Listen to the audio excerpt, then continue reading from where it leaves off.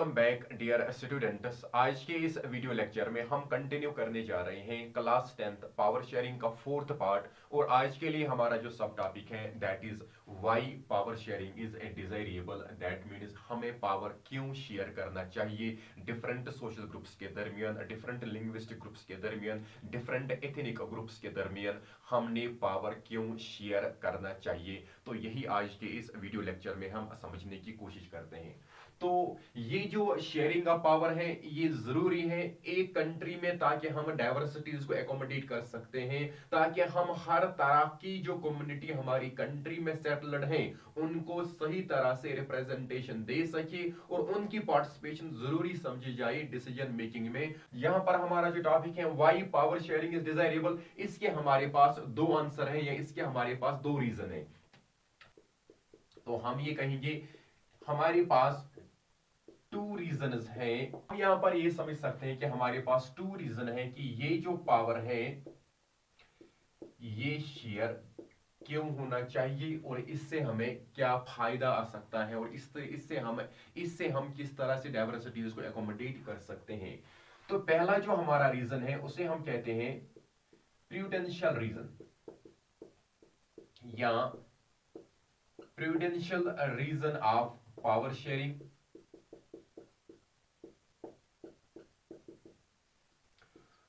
और दूसरा हमारा जो रीजन है कि हमें पावर शेयर क्यों करना चाहिए उसे हम कहते हैं मोरल रीजन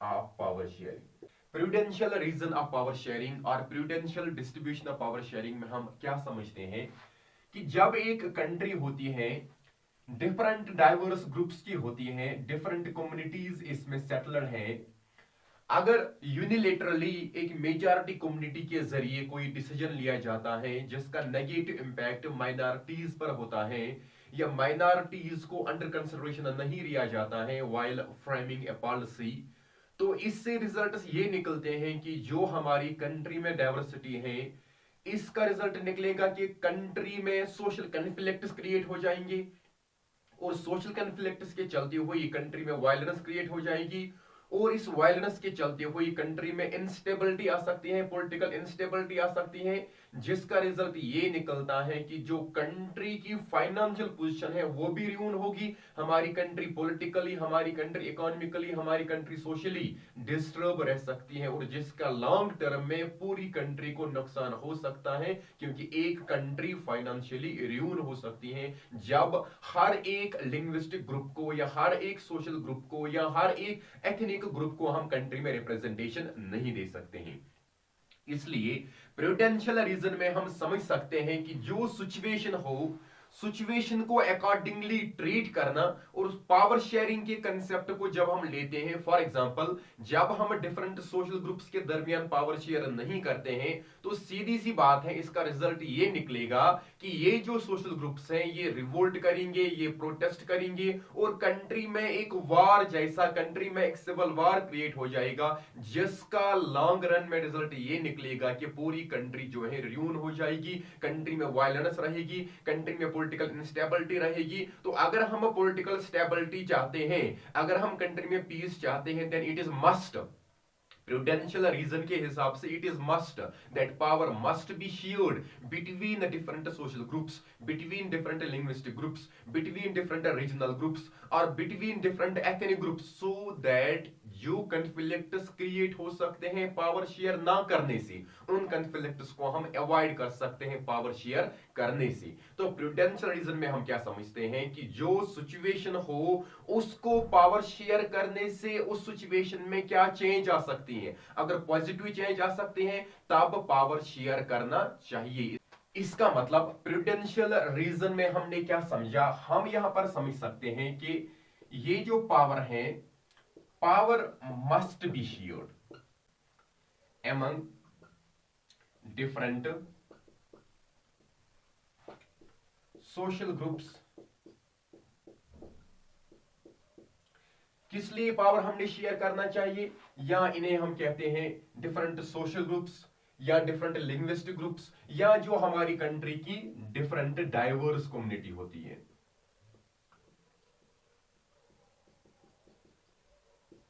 मीन्स पावर हमने शेयर करना चाहिए डिफरेंट सोशल ग्रुप्स के दरमियान, या जो हमारी कंट्री के डिफरेंट डिफरेंट या डाइवर्स कम्युनिटी होती है। किस लिए? सो दैट जो सोशल कन्फ्लिक्ट जो क्रिएट हो सकते हैं, इनको हम अवॉइड कर सकते हैं। तो प्रूडेंशियल रीजन में हमने समझा कि हमने पावर शेयर करना चाहिए डिफरेंट सोशल ग्रुप्स के दरमियान, या डिफरेंट कंट्री के जो डाइवर्स कम्युनिटी होती हैं, चाहे वो on the base of language हो, on the base of social system हो, on the base of regionalism हो, या on the base of ethnicity हो, हमने उनके दरमियान पावर शेयर करना चाहिए, सो दैट सोशल कन्फ्लिक्ट जो हो सकता है पावर शेयर ना करने से, उस सोशल कन्फ्लिक्ट को हम अवॉइड कर सकते हैं, ताकि एक कंट्री में अमन रह सके। तो ये हमने समझा, प्रूडेंशियल रीजन को हम सिचुएशन के हिसाब से ट्रीट करते हैं और फिर सिचुएशन के हिसाब से रिएक्ट करते हैं। तो सिचुएशन को जिस तरह से रिएक्ट किया जाता है और जब उसके पॉजिटिव आउटकम निकलते हैं, तो यही है प्रूडेंशियल रीजन। इसका मतलब है कि जिसमें समझदारी से भरा हुआ जो फैसला हो, वो है प्रूडेंशियल रीजन। तो इसके एग्जाम्पल हम इस तरह से समझ सकते हैं कि अगर हम कहीं पर जंगल में जा रहे हैं, तो वहां से कोई जंगली जानवर हमें खाने आ रहा है, तो हमने वहां पर क्या करना है? हमने खुद की जान को बचाना है, ना कि उसके सामने जाना है। ताकि खुद की जान को बचाने के लिए मीन्स कि हमने अपना रास्ता जब चेंज किया वहां से, तो हमारी जान बच गई। तो इसी हिसाब से कि यहां पर अगर हम सोशल कन्फ्लिक्ट्स को यहां पर अवॉइड करना चाहते हैं, तो इसके लिए मस्ट है कि हमने यहां पर पावर शेयर करना चाहिए। तो ये हम कह सकते हैं कि ये एक समझदारी से बड़ा हुआ फैसला है जिसमें हमने पावर शेयर करना चाहिए। दूसरा हमारा जो पावर शेयरिंग का कंसेप्ट है, या दूसरा हमारा जो रीजन है हमने पावर शेयर क्यों करना चाहिए, क्योंकि हमने जो श्रीलंका की एग्जांपल पढ़ी, श्रीलंका की कंट्री जो थी डेमोक्रेटिक कंट्री थी, या डेमोक्रेटिक प्रिंसिपल्स पर चल रही थी, या डेमोक्रेटिक मॉडल्स पर गवर्नेंस की जा रही थी श्रीलंका में। ये सिन्हाला कम्युनिटी के जरिए जस्टिफाई किया जाता था। अब जिस कंट्री की जो पहचान हो, जिस इंडिविजुअल की जो पहचान हो, उसको ऐसे ही उनके ऐसे ही हरकत सकनात होनी चाहिए। तो अगर श्रीलंका क्लेम कर रहा था कि Sri Lanka is a democratic government and is governing its country as per the democratic models और as per the democratic principles, but the very spirit of the democracy is that power must be shared and there should be a complete sharing of the power between the social groups. तो अगर श्रीलंका एक तरफ से democratic principles को follow कर रहा था, दूसरी तरफ से डिफरेंट डाइवर्स ग्रुप्स के दरमियान पावर शेयर नहीं कर रहा था, तो इसका मतलब है कि ये कंट्राडिक्टी यहां पर हो रहा था। तो मॉरल रीजन में हमारा मोरालिटी ये कहता है, या हमारी जो इखलाकियत है उस पर हम जोर दे रहे हैं कि अगर हम डेमोक्रेटिक कंट्री के हिसाब से खुद को जस्टिफाई कर रहे हैं, then there must be power sharing. तो पावर हमने शेयर करना चाहिए। क्यों? कि श्रीलंका जब कहता था कि मैं क्या हूं, श्रीलंका जस्टिफाई कर रहा था कि मैं हूं डेमोक्रेटिक कंट्री। तो पर हमने क्या समझना है कि ये जो पावर शेयरिंग है, श्रीलंका जस्टिफाई कर रहा था that Sri Lanka is a democratic country while following the democratic principles। Democracy के हिसाब से power sharing is the very spirit of the democracy. तो डेमोक्रेसी में जो एक्सप्लॉइटेशन के राइट्स हैं, या डेमोक्रेसी में जो वायलेशन ऑफ राइट्स हैं, या exploitation of different diverse community को एक्सप्लॉइट करना, इसकी डेमोक्रेसी में कोई भी जस्टिफिकेशन नहीं है। तो Sri Lanka being a democratic country, then there must be a complete sharing of the power.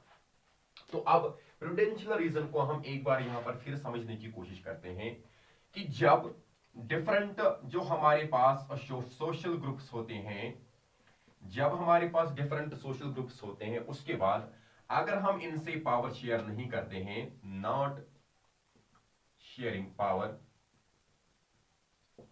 तो इसका क्या रिजल्ट निकलेगा? कंट्री में वायलेंस होगी। जब एक कंट्री में वायलेंस होगी तो इसका रिजल्ट ये निकलेगा कि जो कंट्री है यहां पर होगी पॉलिटिकल इंस्टेबिलिटी। मींस दूसरा हमारा रीजन कि हमने पावर शेयर क्यों करना चाहिए, जब हम डिफरेंट सोशल ग्रुप्स के दरमियान पावर शेयर नहीं करते हैं, इसका रिजल्ट निकलता है कि वो रिएक्ट करेंगे नेगेटिवली। इसका मतलब है वो प्रोटेस्ट करेंगे, वो रिवोल्ट करेंगे।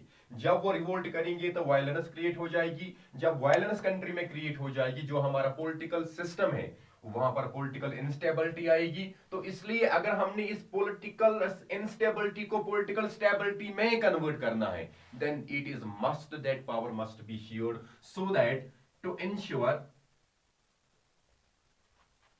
Political stability.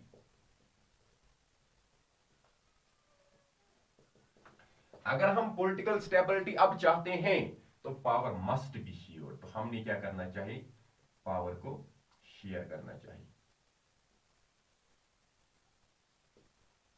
प्रूडेंशियल रीजन को जब हम फिर समझ रहे हैं, हम कहते हैं अगर डिफरेंट सोशल ग्रुप्स एक कंट्री में हैं, पावर शेयर नहीं होता है, ये सोशल ग्रुप्स रिवोल्ट करेंगे, वायलेंस क्रिएट हो जाएगी, कंट्री में पॉलिटिकल इंस्टेबिलिटी आती है। अगर हम चाहते हैं पॉलिटिकल स्टेबिलिटी होनी चाहिए, then it is must that power must be shared between the different social groups और बिटवीन डिफरेंट लिंग्विस्टिक ग्रुप्स और ethnic groups, so that the political stability may be witnessed in a country.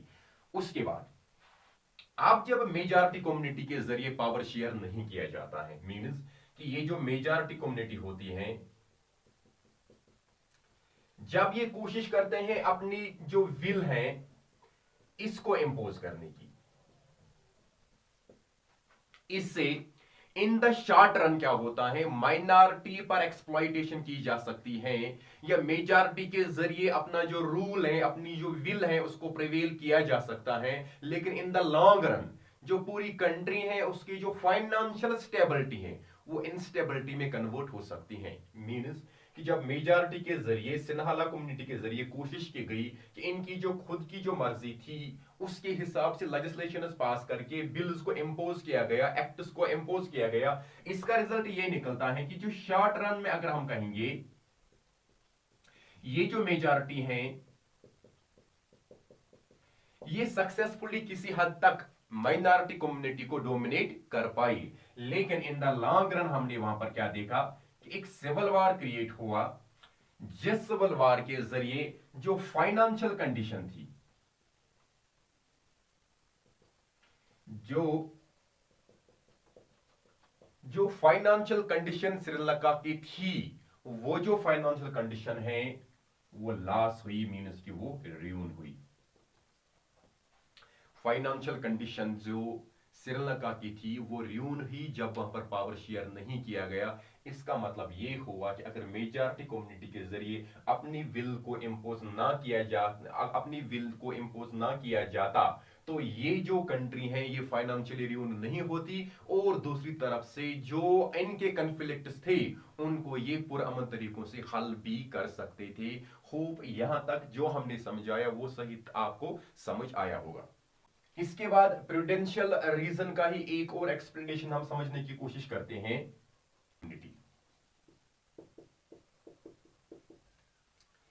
Is not just oppressive only against minority, but it also ruins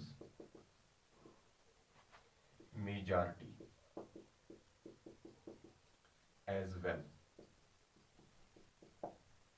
इसका मतलब ये हुआ कि जो जुल्म किया जाता है मेजॉरिटी कम्युनिटी के जरिए, और इसमें जो एक्सप्लॉइटेशन का सामना है वो सिर्फ माइनॉरिटी को ही नहीं फेस करना पड़ता है, लेकिन इसके जरिए जो मेजॉरिटी कम्युनिटी होती है इसको भी रियून किया जा सकता है, इसको भी तबाह किया जा सकता है। फॉर एग्जाम्पल, हम यहां पर जब तमिल कम्युनिटी के राइट्स को एक्सप्लॉइट किया गया, उनके जरिए LTTE बनाया गया, और अब जब ये सिविल वार वहां पर चल रहा था, इसमें सिर्फ LTTE जो पर्सनल्स थे उनको ही किल नहीं किया गया, मेनी ए टाइम्स जो श्रीलंकन ट्रूप्स थे, जो श्रीलंकन सोल्जर्स थे, जो इनके राइट्स को सप्रेस कर रहे थे वाया डिफरेंट लेजिस्लेशंस, उनकी भी वहां पर डेथ हुई। इसका मतलब है मेजॉरिटी कम्युनिटी भी सफर कर रही थी, माइनॉरिटी कम्युनिटी भी सफर कर रही थी, जुल्म करने वाला भी जुल्म सह रहा था और जिन पर जुल्म हो रहा था वो भी जुल्म सह रहे थे।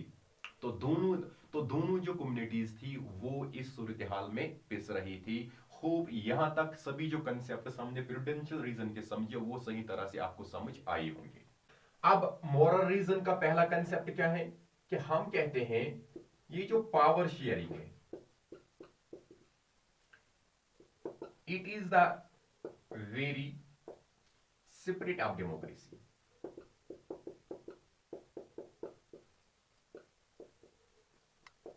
मीन्स जब श्रीलंका जस्टिफाई कर रहा था कि Sri Lanka is a democratic country but power share नहीं हो रहा था, तो लेकिन इनको पावर शेयर करना चाहिए था। क्यों शेयर करना चाहिए था? क्योंकि डेमोक्रेटिक कंट्री है, डेमोक्रेसी का एसेंस ये है कि पावर शेयर होना चाहिए। दूसरा सिस्टम, ये जो एब्सोल्यूट पॉलिटिकल पावर डेमोक्रेसी में होता है, it rests with the common people. Means the sovereign power in a country, in a democratic country rests only with the people, not with any authority। तो democracy के हिसाब से, democratic government के हिसाब से, डेमोक्रेटिक प्रिंसिपल्स या democratic government के हिसाब से जो सोर्स ऑफ पॉलिटिकल पावर है, it is the people. India में भी अगर हम कहेंगे कि जो एब्सोल्यूट पावर है, जो सॉवरेन पावर इंडिया में है, in spite of being the world's largest democratic country, the sovereign power in a democratic country as well as in India rests only with the people, because people are the source of power to legislature, people are the source of power to parliament, people are the source of power to Indian prime minister, or people are the source of power to Indian representatives। तो democracy में जरूरी है, democratic government में जरूरी है, जो source of political power है ये किन के पास होता है? लोगों के पास होता है। तो इसलिए जरूरी है कि ये जो डेमोक्रेसी है, यहां पर कहा जाता है कि जो डिसीजन मेकिंग है,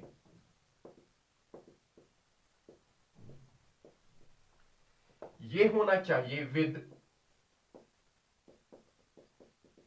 consultation, with concurrence and with participation.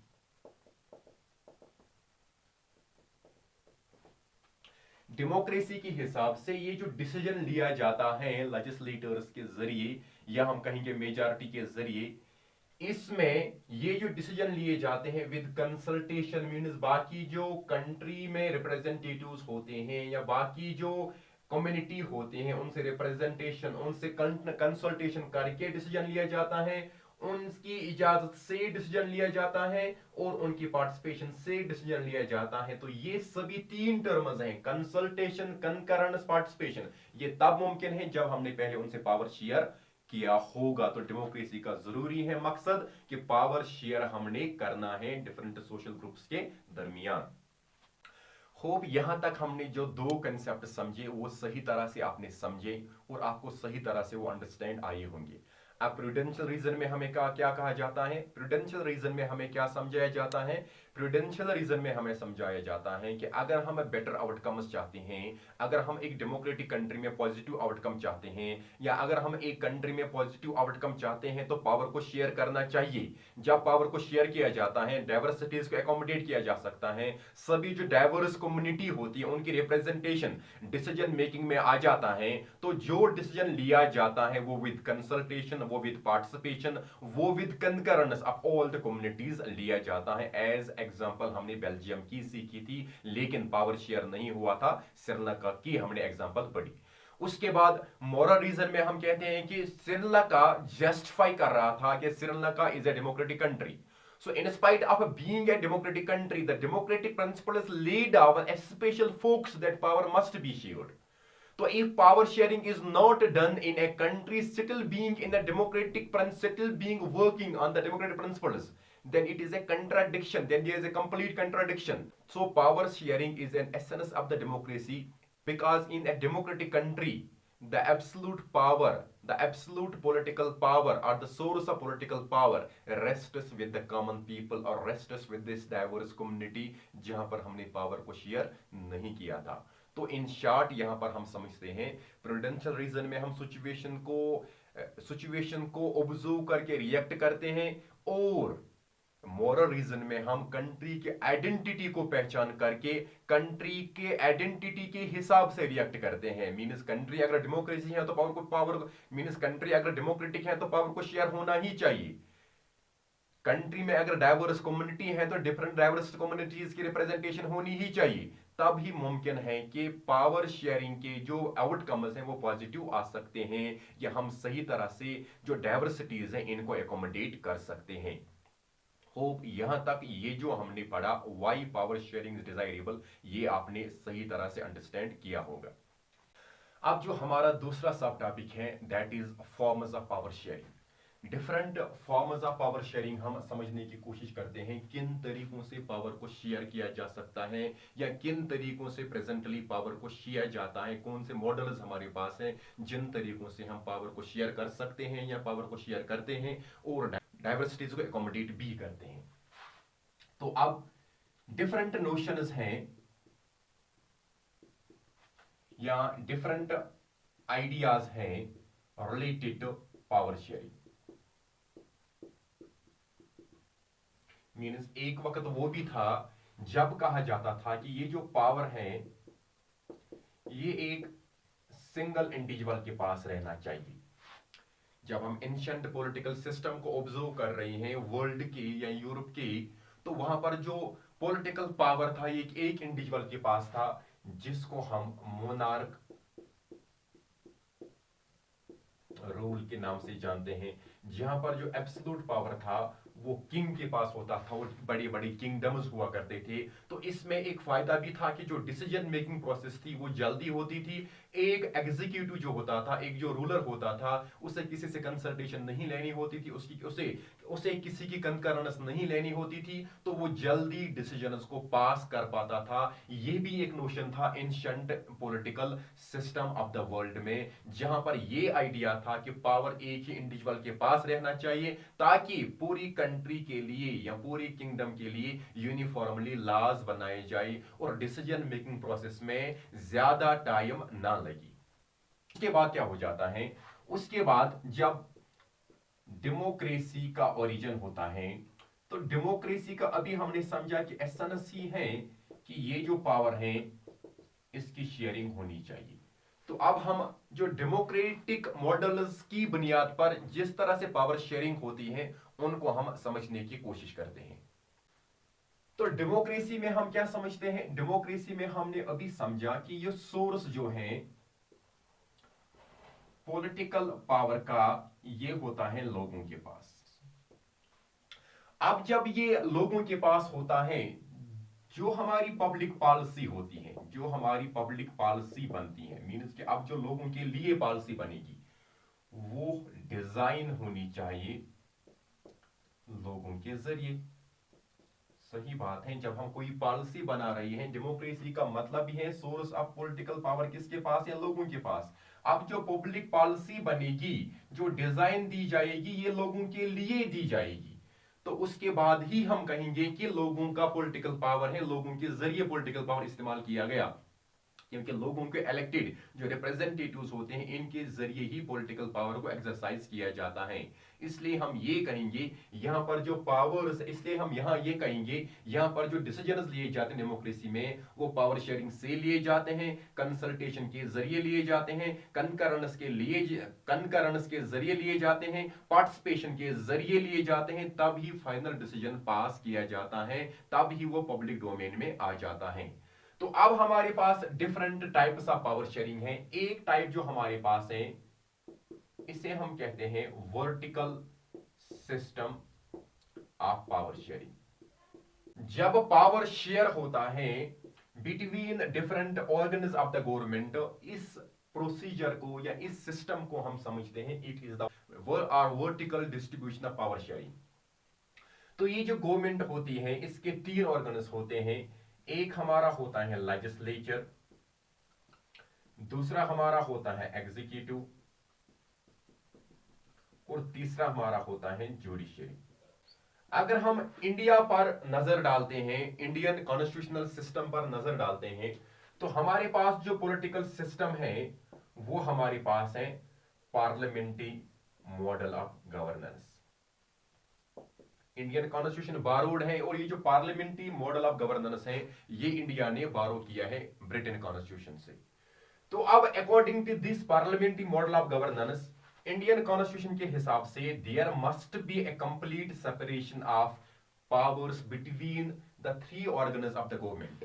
और इंडियन कॉन्स्टिट्यूशन का जो आर्टिकल 50 है, और ये जो आर्टिकल 50 है, this article 50 is a part of the directive principles of state policy under part 4 article 36 to 51, and wherein this special article 50 lays a special stress that power must be shared between the three organs of the government so that they may act as a balance and check, means ये एक दूसरे को check कर पाएंगे।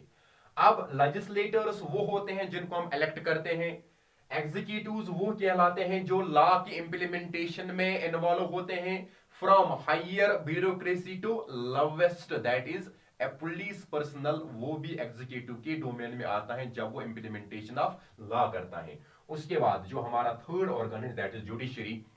Judiciary is the third organ जो जिसके पास judicial review का power है कि वो जो लेजिस्लेचर्स के जरिए लेजिस्लेशन पास की जाती हैं उनको जुडिशियल रिव्यू कर सकती हैं, इन केस वो जो आर्टिकल्स हैं, इन केस वो जो एक्ट्स हैं इन अगेंस्ट कॉन्स्टिट्यूशन होते हैं उनको नल एंड वाइड करार दिया जाता है। जिस तरह से इंडियन कॉन्स्टिट्यूशन में बहुत सारे जो बिल्स हैं वो पास तो हुई हैं, एक्ट तो बना है, लेकिन जुडिशरी के जरिए उनको नल एंड वाइड करार दिया गया। मोस्ट इंपॉर्टेंटली जो कॉलेजियम सिस्टम था उसको नल एंड वाइड करार दिया गया जुडिशरी के जरिए, क्योंकि that was against this separation of power. Collegium system में ये हुआ था कि लेजिस्लेचर के मेंबर्स को कॉलेजियम सिस्टम में लाया गया था, जहां पर यह कहा गया था कि जो सुप्रीम कोर्ट के जज या चीफ जस्टिस हैं उनको उनकी अपॉइंटमेंट जो है वो अब लेजिस्लेचर मींस प्राइम मिनिस्टर उसका चेयरमैन रखा गया था उसके जरिए भी किया जा सकता है। तो जो against this separation of power था उसको नल एंड वाइड करार दिया गया। तो ये हमारा कहता है horizontal system of power sharing, जहां पर पावर्स को डिवाइड किया जाएगा between the three organs of the government. Hope यहां तक आपको ये जो कंसेप्ट है ये समझ आया होगा। अब हमारा है vertical system of the power sharing. Vertical system of power sharing में क्या होता है, जब पावर को शेयर किया जाए, जब पावर को शेयर किया जाए between different levels of government।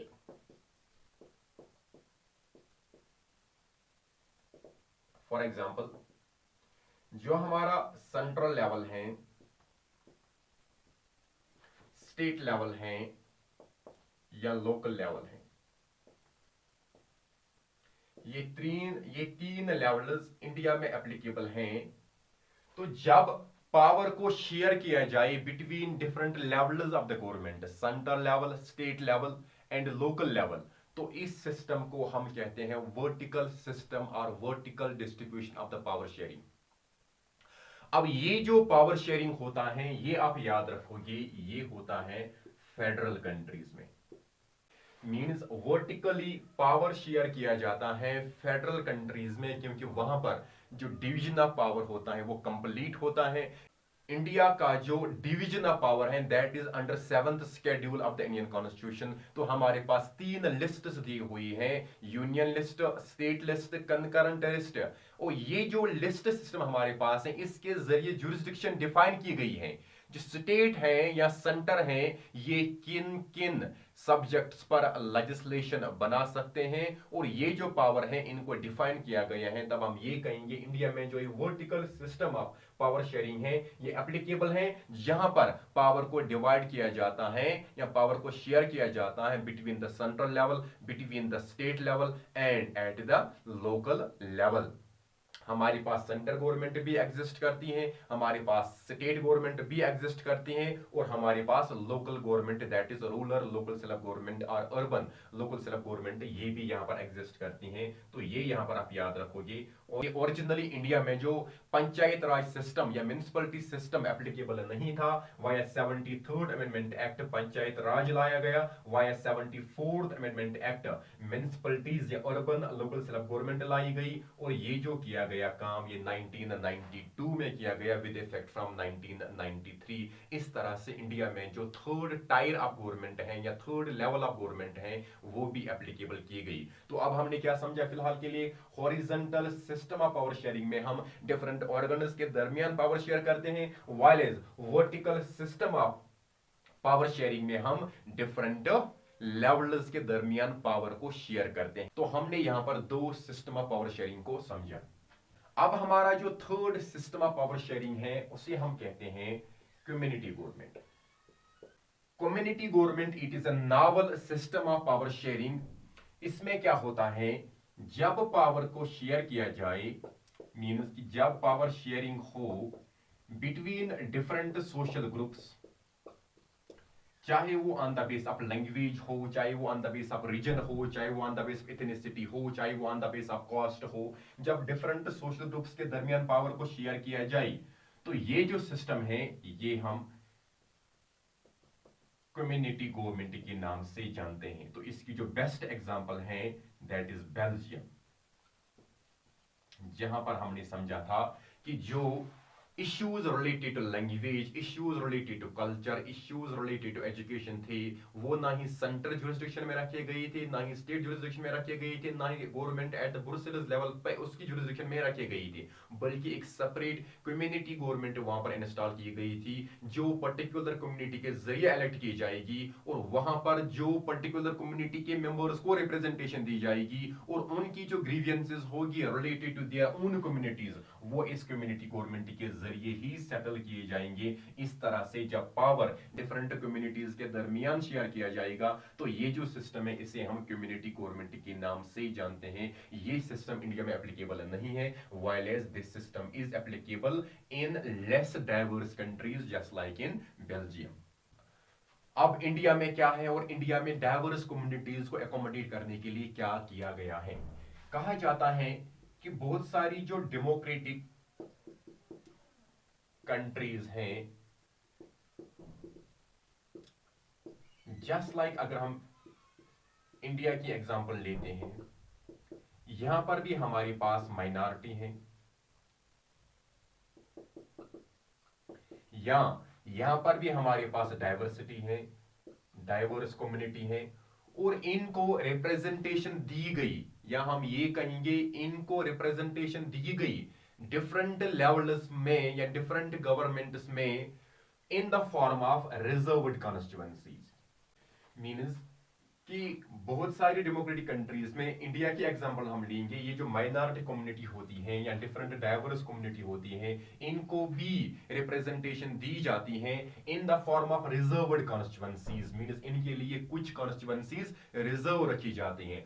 For example अगर हम इंडिया की बात करते हैं तो यहां पर जो एसटी कम्युनिटी है इनके लिए पार्लियामेंट में रिजर्वेशन है, जो एससी कम्युनिटी है स्केड्यूल कास्ट इनके लिए भी रिजर्वेशन है और जो वुमेन्स हैं इंडिया में इनके लिए भी रिजर्वेशन है। पर्टिकुलरली इनके लिए पार्लियामेंट में रिजर्वेशन नहीं है लेकिन इनके लिए लोकल सेल्फ गवर्नमेंट में रिजर्वेशन है। आपने देखा होगा मेनी प्लेसेस में, मेनी पंचायत हल्कास में वुमेन रिप्रेजेंटेटिव्स इलेक्टेड हैं बिकॉज वहां पर जो रिजर्व रखी गई थी सीट वो ओनली वुमेन कैंडिडेट के लिए ही रखी गई थी। तो इसका मतलब है इंडिया में डिफरेंट डेमोक्रेटिक कंट्रीज में पावर को शेयर किया जाता है माइनॉरिटीज के साथ या डाइवर्स कम्युनिटी के साथ in the form of reserved constituencies just like in India एससीज, STs and women are represented in the parliament और in the system of governance.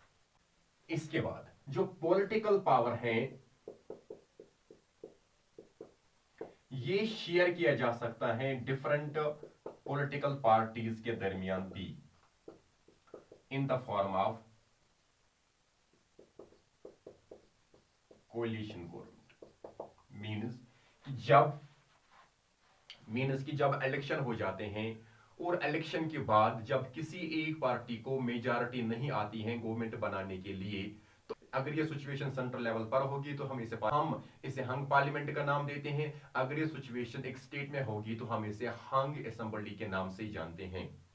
तो इन दैट वेरी सिचुएशन दो या दो से ज्यादा पार्टीज मिलकर एक गवर्नमेंट बनाते हैं, इस उस गवर्नमेंट को हम कोलिशन गवर्नमेंट के नाम से जानते हैं। और ये जो सिस्टम है पार्टी सिस्टम है, मीन्स वर्ल्ड में डेमोक्रेटिक कंट्रीज वो भी हैं जहां पर सिर्फ बाई पार्टी सिस्टम है, तो वहां पर कंसेप्ट ऑफ कोलिशन नहीं है। तो पॉलिटिकल पावर को डिफरेंट पॉलिटिकल पार्टीज के दरमियान भी शेयर किया जा सकता है जब दो या दो से ज्यादा पार्टीज एक साथ गवर्नमेंट बनाती हैं, जिसे हम कोलिशन गवर्नमेंट के नाम से जानते हैं। और ये जो सिस्टम है ये उन डेमोक्रेसीज में एप्लीकेबल होगा जहां पर multi party system of governance हो, मीन्स जहां पर डिफरेंट या मल्टी पार्टी, जहां पर मल्टी पार्टीज इलेक्शन में पार्टिसिपेट कर रहे होंगे। के बाद another category of power sharing जो हम समझने की कोशिश करते हैं, that is power sharing between different pressure groups. तो प्रेशर ग्रुप्स हम किसे कहते हैं? प्रेशर ग्रुप्स मल्टीपल टाइप के हो सकते हैं।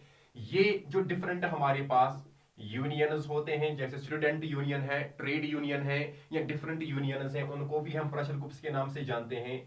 या हमारे पास जो डिफरेंट एनजीओज हैं, इनको भी हम प्रेशर ग्रुप्स के नाम से जानते हैं। या हमारे पास जो डिफरेंट सिविल सोसाइटीज हैं, इनको भी हम प्रेशर ग्रुप्स के नाम से जानते हैं, जो गवर्नमेंट को प्रेशराइज करते हैं पब्लिक ओपिनियन को शेप देने के लिए।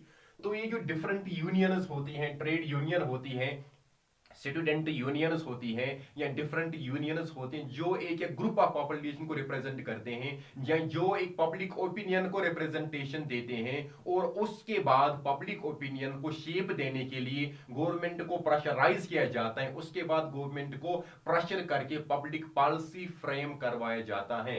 इसी तरह से एनजीओज, इनका काम भी होता है गवर्नमेंट को प्रेशराइज करना और वो पब्लिक ओपिनियन है उसको शेप दिलवाना। इसी तरह से जो सिविल सर्वेंट्स होते हैं या जो सिविल सोसाइटी होती है, इनके जरिए भी गवर्नमेंट को शेप दी जाती है। और मोस्ट इंपॉर्टेंटली जैसे हमारे पास अन्ना हजारी हैं, ये वो सिविल सर्वेंट्स हैं, ये वो सोशल वर्कर्स हैं जिन्होंने गवर्नमेंट को प्रेशराइज करके डिफरेंट पब्लिक पॉलिसीज पास करवाई, और जो for the good of the all हैं। तो यहां पर भी पावर को शेयर किया जा सकता है। जब फॉर एग्जांपल जो हमारी मेजर यूनिवर्सिटीज इंडिया है, वहां पर स्टूडेंट यूनियंस बनाई जाती हैं, डिफरेंट पॉलिटिकल पार्टीज के जरिए बनाई जाती हैं, और उसके बाद जो पॉलिटिकल पार्टी है उनके साथ पावर शेयर किया जाता है, ताकि इनके जरिए जो सपोर्ट है वो गवर्नमेंट को मिलता रहे, और इन रिटर्न गवर्नमेंट उनके साथ पावर को शेयर करती है, ताकि वो एक वोट बैंक बनता है एक गवर्नमेंट का।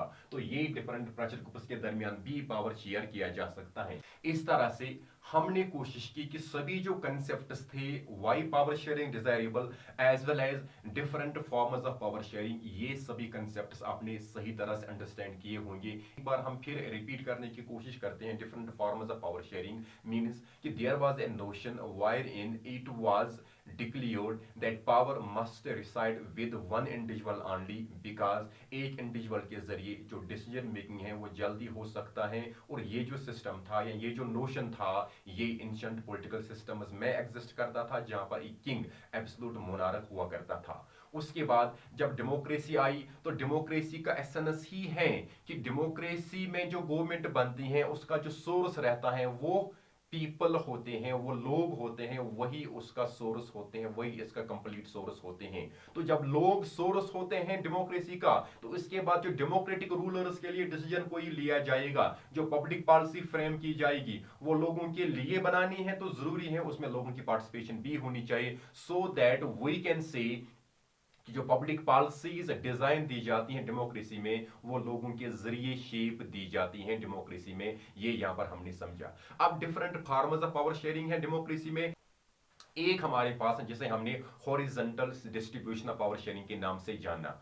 वो ये है कि जब पावर को शेयर किया जाए between different organs of the government, that is legislature, executive and judiciary, तो यहां पर हम समझ सकते हैं कि ये horizontal system of the power sharing कहलाता है। इसी तरह से जब पावर को शेयर किया जाए between different levels of the government, उसी level government at the state level, government at the local level, जो इंडिया में एग्जिस्ट करता है, vertical as well as horizontal, दोनों इंडिया में एप्लीकेबल हैं। इसके बाद थर्ड फॉर्म ऑफ गवर्नमेंट है कम्युनिटी गवर्नमेंट। ये वो सिस्टम ऑफ गवर्नमेंट है जहां पर पावर को डिवाइड किया जाए बिटवीन, या पावर को शेयर किया जाए between different social groups to accommodate diversities. इसकी जो बेस्ट एग्जांपल हमारे पास है दैट इज बेल्जियम, जहां पर हर कम्युनिटी को एक सेपरेट कम्युनिटी गवर्नमेंट दी गई, जहां पर उनकी जो ग्रीवेंसेस थी इसी कम्युनिटी गवर्नमेंट के जरिए ही सेटल डाउन किए गए थे। लेकिन ये आप याद रखोगे, community government is not possible in a large diverse country just like India. उसके बाद हमने यहां पर यह भी समझा कि जो मल्टीपल या एमएनएस डाइवर्स कंट्री होती हैं या वो डेमोक्रेटिक कंट्रीज भी होती हैं, वहां पर जो पावर को शेयर किया जाता है या वहां पर जो माइनॉरिटीज उनको रिप्रेजेंटेशन दी जाती हैं in the form of reserved constituencies just like in India, एससीज STs and women are represented in the political system in India. उसके बाद हमने समझा कि पावर को शेयर किया जा सकता है डिफरेंट पॉलिटिकल पार्टीज के दरमियान, जब आफ्टर इलेक्शन कोई भी पार्टी गवर्नमेंट नहीं बना सकती है, देन टू और more than two parties can join together and form a government. Such a government is called a coalition form of government, but this very coalition is only possible in a country having a multi-party system of governance. उसके बाद हमने समझा कि power को share किया जा सकता है डिफरेंट प्रेशर ग्रुप्स के दरमियान। प्रेशर ग्रुप्स वो होते हैं जो गवर्नमेंट को प्रेशराइज करते हैं पब्लिक ओपिनियन शेप देने के लिए। इसमें डिफरेंट ट्रेड यूनियंस भी आती हैं, इसमें डिफरेंट यूनियंस भी आती हैं, डिफरेंट एनजीओज भी आते हैं, डिफरेंट सिविल सोसाइटीज भी आती हैं, या डिफरेंट सोशल वर्क ऑर्गेनाइजेशंस भी आती हैं, जिनके जरिए से जिनके साथ पावर को शेयर किया जा सकता है। इस तरह से सभी जो कंसेप्ट्स थे related to this whole chapter of power sharing, हमने सभी कंसेप्ट्स को सही तरह से समझाने की कोशिश की। होप आपने सही कंसेप्ट्स को सही तरह से अंडरस्टैंड किया होगा। So this was all in this today's video lecture. We will be back in the next video lecture with a next topic. Till then stay blessed. अल्लाह हाफिज, अफी अमानिल्लाह।